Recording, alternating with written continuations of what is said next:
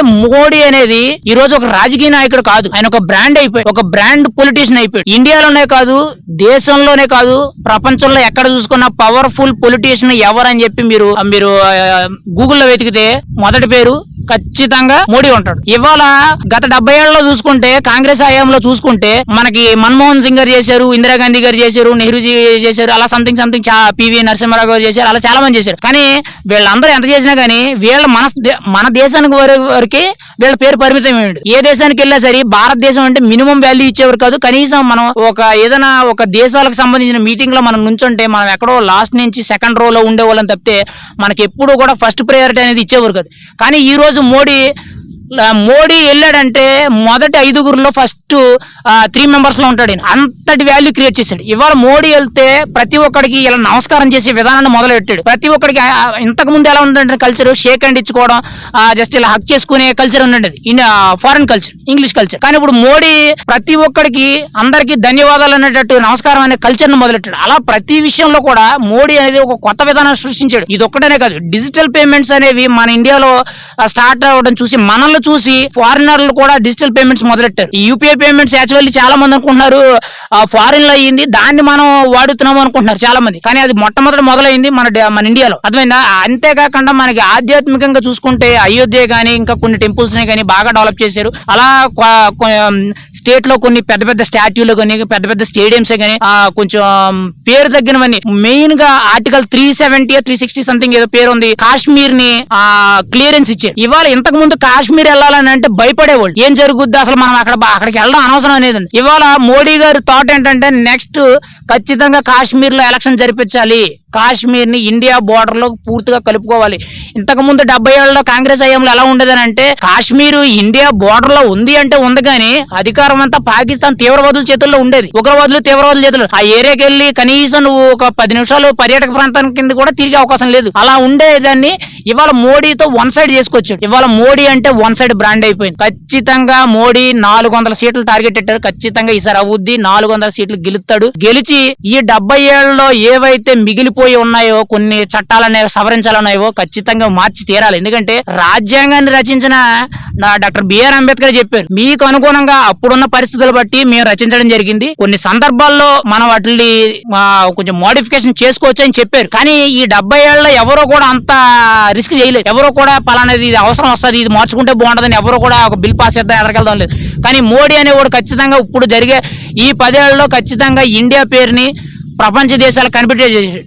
$3 trillion GDP economic పరంగా ఆ range తీసుకెళ్ళాడు. నెక్స్ట్ 2050 వచ్చేటప్పటికి మన ఖచ్చితంగా $5 ట్రిలియన్ $10 ట్రిలియన్ టార్గెట్ చేస్తూ పెట్టారు. ఖచ్చితంగా అది రీచ్ అయ్యిందని అంటే మాత్రం ఇండియా పేరు అనేది ఈ రోజు అమెరికా ఎక్కడుందో చైనా ఎక్కడుందో నెక్స్ట్ మందే. ఆ రెండిట్లు తన్నుకుంటూ మన ముందుకెళ్తుంది. అంతటి స్థాయి తెచ్చాడు మోడీ.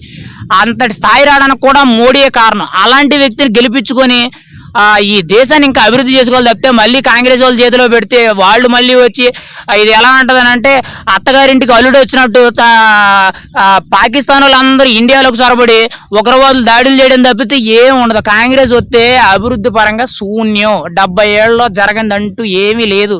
ఏంటంటే ఏదైనా చేశారని అంటే మెయిన్గా రాజీవ్ గాంధీ, ఇందిరాగాంధీ, నెహ్రూజీ వీళ్ళ 4 పేర్లు పెట్టుకోవడం తప్పితే ఏ జాతి పితప్పుడు స్వతంత్రం తెచ్చినప్పుడు చాలా మంది నాయకులు ఉన్నారు. మహాత్మా గాంధీ ఒక్కడే తేలేదు. అర్థమైందా? నా మహాత్మా గాంధీ ప్రతిదానికి ఆ మహాత్మా గాంధీ పేరో లేకపోతే ఇందిరాగాంధీ పేరో లేకపోతే రాజీవ్ గాంధీ పేరు తప్పితే లేకపోతే సుభాష్ చంద్రబోసో లేకపోతే భగత్ సింగో లేకపోతే డాక్టర్ బిఆర్ అంబేద్కర్ లేకపోతే ఇలాంటి అబ్దుల్ కలాం గారు ఇలాంటి వాళ్ళు పేర్లు పెడతా. ఇప్పుడు స్టేడియం కట్టారని అంటే రాజీవ్ గాంధీ స్టేడియం, ఒక ఎయిర్పోర్ట్ కట్టారంటే రాజీవ్ గాంధీ ఇంటర్నేషనల్ ఎయిర్పోర్ట్. ఇవే పేర్లు తప్పితే ఇండియా ఇండిపెండెన్స్ తెచ్చిన నాయకులు ఉంటారు కదా, వాళ్ళ ప్రాణాలు త్యాగం చేసిన నాయకులకి ఎవరు చాలా మంది ఏమంటారు అని అంటే ఎంతసేపు గాంధీజీ, నెహ్రూజీ, ఇందిరాగాంధీ, ఈ రాజీవ్ గాంధీ పేర్లు తప్పితే ఆ సుభాష్ చంద్రబోస్ తిరుగుబాటు చేశాడు, ఆయన వల్లే ఈ రోజు మనకి ఇండిపెండెన్స్ వచ్చిందని ఎవడు గుర్తించట్లేదు. ఆయన తిరుగుబాటు చేయడం వల్ల ఈ రోజు ఇండిపెండెన్స్ వచ్చింది.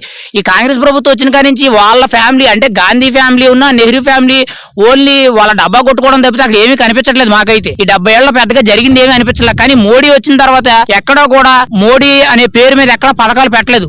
వన్ సైడ్ గా అన్ని ఇలాంటి స్వతంత్ర తెచ్చిన నాయకులు వాళ్ళ పేర్లు పెట్టడం, దేశాన్ని పెద్ద దేశాలతో సమానంగా ఈక్వల్ గా చేసేటట్టు. కానీ ఖచ్చితంగా చెప్తున్నాను, మోడీ ఈ 10 ఏళ్లలో చూపించిన డెవలప్మెంట్ అనేది 70 ఏళ్ల కాంగ్రెస్ ప్రభుత్వంలో అయితే జరగలేదు, ఇంకెప్పుడు జరగదు కూడా. కానీ కాంగ్రెస్ వాళ్ళు ఏమన్నారంటే ఎన్డీఏ కూటమి కూలిపోద్ది, ఇండియా కూటమి అనేది ఖచ్చితంగా అధికారంలోకి వస్తుంది అంటారు. అవన్నీ ఉత్తి మాటలే. ఇవన్నీ చెప్పాలంటే ఇప్పుడు ఇండియా కూటమిలో అంత గట్టిగా నడిపే వాళ్ళు ఎవరు లేరు. రాహుల్ గాంధీ ఆయన గతంతో పోల్చుకుంటే ఆయన కోత ఇన్ఫ్లుయెన్స్ సంపాదించుకొని మంచి నాయకుల్లో తయారయ్యాడు. కానీ మోడీని బీట్ చేసే అంత రాజకీయం అయితే ఆయన వల్ల అవ్వదు. ఖచ్చితంగా తప్పు. మోడీ అనేవాడు ఇండియాలో ఒకడే ఉన్నాడు, ఇంకొకడే ఉంటాడు, చిరస్థాయిలో నిలబడిపోతాడు. మోడీని బీట్ చేసే నాయకుడు అయితే రెండో ఓడలేడు. ఒకవేళ అటో ఇటో వచ్చాడనంటే అది కూడా ఒకే ఒక్కడు రాగలడు, యోగి ఆదిత్యనాథ్ మాత్రమే రాగలడు. అది కూడా ఆయన చదువు. ఇప్పుడు సెకండ్ వెర్షన్ లో చెప్తున్నాను, మోడీ అనేవాడు చెప్పి చేస్తాడు. అదే యోగి ఆదిత్యనాథ్ అనుకో, చెప్పాడు అంటే అది వన్ సైడ్ గా గన్ గురి పెట్టానే చేయిస్తాడు. అలా ఉంటది, అంటే వన్ సైడ్ గా. ఇప్పుడు మీరు చూసుకుంటే ఇండియాలో కూడా ఏ స్టేట్ కూడా అంత డెవలప్మెంట్ లేదు. ఓన్లీ ఉత్తరప్రదేశ్ చూసుకుంటే 70,000 కోట్లు మిగులు బడ్జెట్ ని పెట్టి ఈ రోజు ఆంధ్రప్రదేశ్ ఇప్పుడు మామూలుగా మొన్నటి వరకు ఏంటంటే దేశంలో అభివృద్ధి చెందిన రాష్ట్రాలు లెక్క తీసుకుంటే ఉత్తరప్రదేశ్, బీహార్ ఎక్కడో లిస్ట్ లో ఉండేవి. కానీ ఈ రోజు ఉత్తరప్రదేశ్ ఫస్ట్ లో ఉండి 70,000 కోట్లు మిగులు బడ్జెట్ పెట్టి ₹1 అప్పు అనేది లేకుండా ఇండస్ట్రీస్ పరంగా అన్ని విధాలుగా బాగా డెవలప్ చేసుకోవచ్చు. ఈ రోజు ఉత్తరప్రదేశ్ అనేది చాలా మంచి స్టేట్ అయిపోయింది, బిగ్గెస్ట్ స్టేట్ అయ్యింది, ఎకనామిక్ పరంగా బాగా అయింది, డెవలప్మెంట్ పర్పస్ లో బాగా అయింది. అంత బాగా యోగి డెవలప్ చేసుకొచ్చాడు. నా అంచనా కరెక్ట్ అయితే ఖచ్చితంగా రేపు ఎన్డీఏ కూటమి మూడోసారి మోడీ గారు అధికారం చేపట్టిన తర్వాత నెక్స్ట్ టర్మ్ నుంచి ఖచ్చితంగా యోగి ఆదిత్యనాథ్ ఖచ్చితంగా ప్రధాని అయ్యే అవకాశాలు ఉంటాయి. అలాంటి నాయకులు ఎంచుకోవాలి.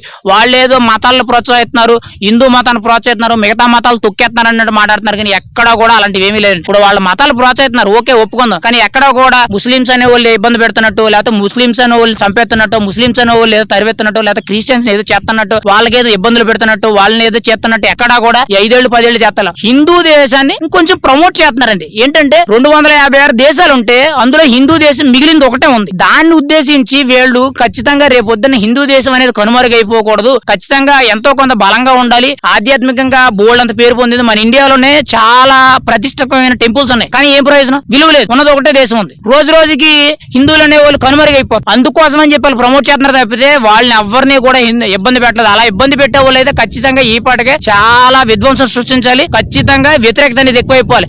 ఈ దేశంలో హిందువులు ఎంతమంది ఉన్నారో క్రిస్టియన్స్, ముస్లింస్ కూడా అంతే సమానంగా ఉన్నారు. కానీ ఎవరి మీద ఏ దాడులు జరగలేదు. కానీ ఏంటంటే వాళ్ళ మత నాయకులు వాళ్ళ అపోహలు అలా ఉన్నాయి తప్పితే ఎవరిని కూడా మోడీ అనేవాడు, బీజేపీ అనేది, ఆర్ఎస్ఎస్ అనేది ఏది చేయలేదు. కాంగ్రెస్ అలా చెప్తుంది. ఈ కొంతమంది మత నాయకులు అలా ఊహించుకొని ఏదేదో ఉద్దేశించుకున్నారు తప్పితే మోడీ అనేవాడు ఎప్పుడు కూడా ఏ మతానికి వ్యతిరేకం కాదు. తన సొంత మతాన్ని ఇది ఇలా ఉంటే బాగుంటది, ఇది ఇంత డెవలప్ చేయాలని చేస్తున్నాడు అంతేగాని తప్పితే గానీ ఏ మతాన్ని తక్కువ చేసి చూడలేదు. మోడీ అనేవాడు రూలింగ్ అనేది ఈ 10 ఏళ్లలో చాలా బాగుంది.